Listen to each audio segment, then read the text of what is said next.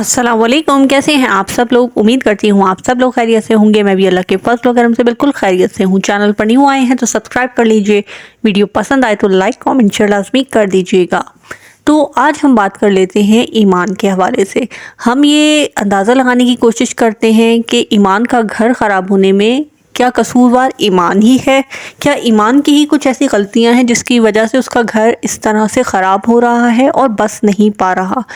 सबसे पहले तो हम इस चीज़ की तरफ बात कर लेते हैं कि मैंने जहाँ तक इनके रजब भट्ट के व्लॉग्स देखे और वहाँ मैंने एक चीज़ नोट की कि जो है ईमान जो है वो शुरू से ही रजब के घर में रहने की ख्वाहिशमंद थी ही नहीं।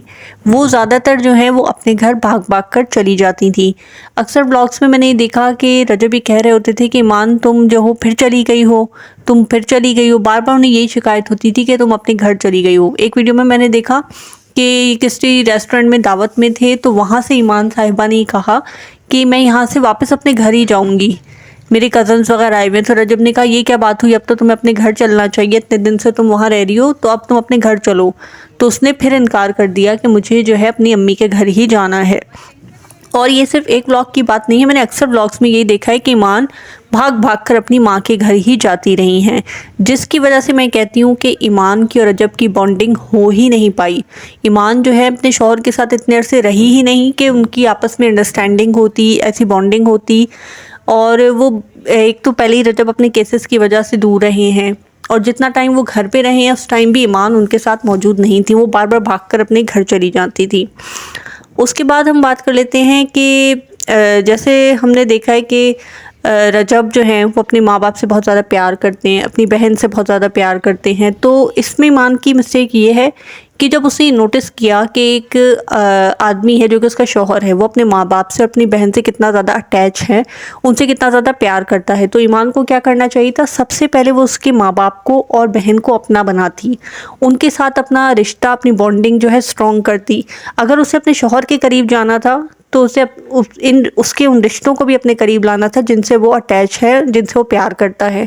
लेकिन हमने कभी भी ऐसा नहीं देखा कि ईमान बहुत ज़्यादा जो है मोहब्बत दिखा रही हो, बहुत ज़्यादा केयर कर रही हो अपनी सास की, अपनी नंद की। मैंने कभी इनकी ऐसी बॉन्डिंग नहीं देखी कि वो जो है गज़ल के साथ बहुत ज़्यादा अच्छा कोई उनका बॉन्डिंग नज़र आए, वो कहीं घूम फिर रही हूँ, कोई ऐसी चीज़ उनकी कभी देखने में नहीं आई। जबकि आप दूसरी तरफ देख सकते हैं कि गज़ल जो है उनकी अपनी देवरानी के साथ कितनी अच्छी बॉन्डिंग है। वो दोनों मिलकर टिकटॉक्स भी बनाती हैं, वो दोनों मिलकर घूमती हैं, शॉपिंग्स पर जाती हैं। लेकिन ईमान के साथ हमने गज़ल की ऐसी बॉन्डिंग कभी भी नहीं देखी।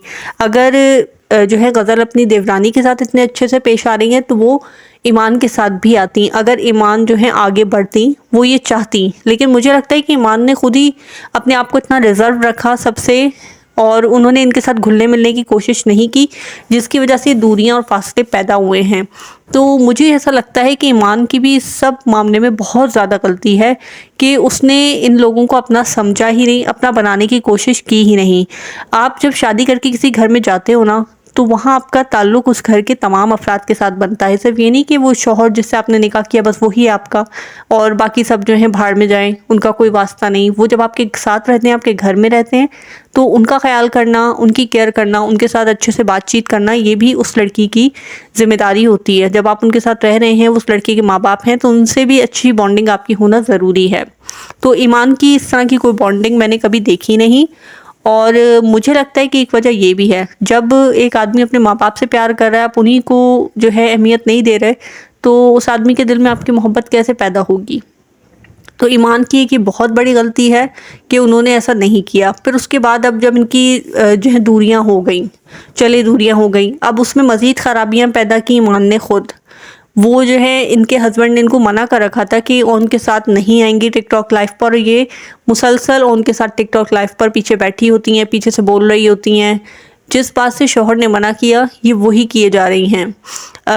रजब जन को मना करते हैं कि ये सोशल मीडिया पर ना आए, ये इंस्टा पे रोज़ स्टोरियाँ लगाती हैं, कभी किसी चीज़ की प्रमोशन करती हैं। और अब सुनने में आ रहा है कि उन्होंने अपना व्लॉगिंग चैनल भी बना लिया है। तो जब ईमान वहाँ हैं मौजूद तो डेफ़िनेटली वो उस व्लॉगिंग चैनल पर जो हैं ख़ुद भी आएंगी, जो कि इंतहाई गलत बात है। जब आप रजब भट्ट के व्लॉग्स में नहीं आ रही थी, आपको अच्छा नहीं लग रहा था आना, तो अब आपको अपने भाई के व्लॉग्स में भी नहीं आना चाहिए।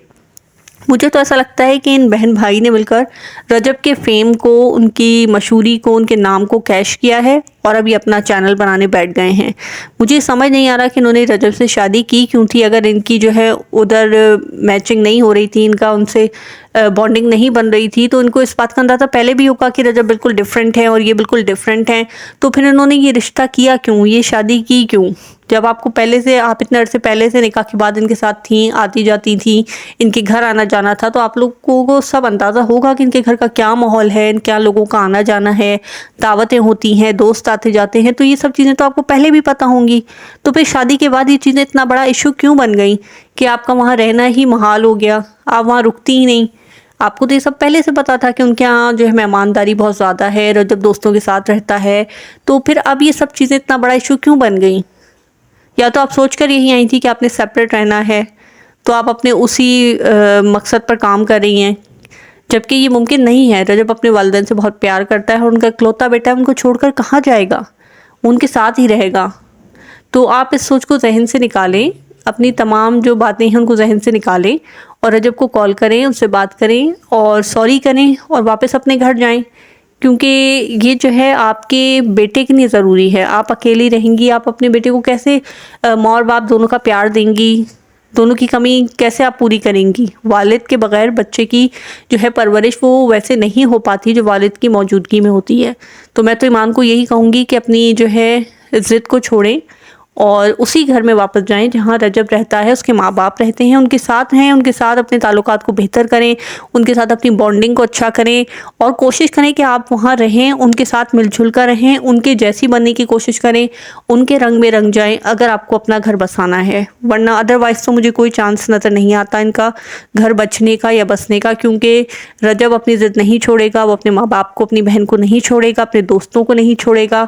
हाँ, वो आपको ज़रूर छोड़ देगा क्योंकि आप जो है उनके फैमिली में फिट नहीं आ रही हैं।